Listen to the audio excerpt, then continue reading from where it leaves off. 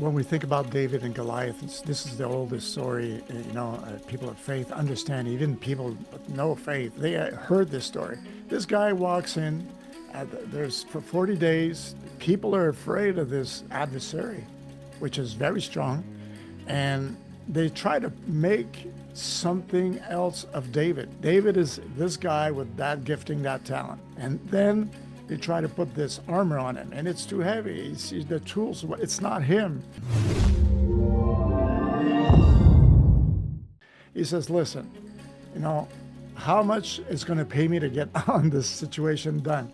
So he says, no more income tax and so on, so on. I'll give you my girl. He says, good, all right, let me go with who I am, because I'm used to creating rapid results with who I am. Just let me go. What's the worst case scenario? I'm going to get killed, right?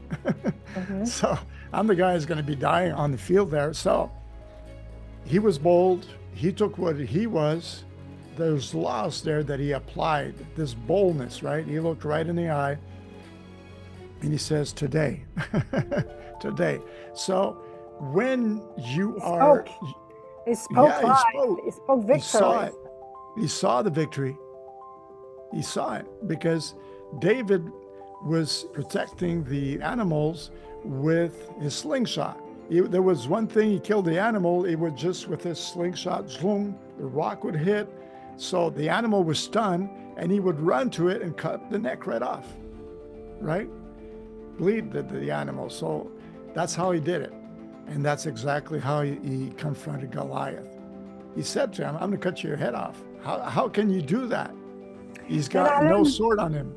Exactly. He knew, he saw it. He saw it before the end. He was already there before he was there. But how many people didn't do anything? God's in control. Waiting. God is in control. But day after day, Goliath was coming back. Then David decided, I take control. I take control. And this is why we have the power to shape our reality. Then this is why we have to take control of our destiny, our life. This is what God is waiting after us. Mm-hmm.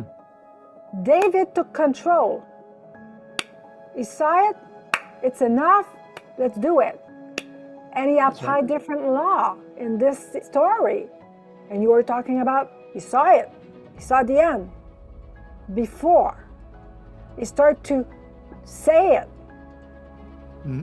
Spoke the victory, and he was intimidated by everybody around. First of all, his family, right?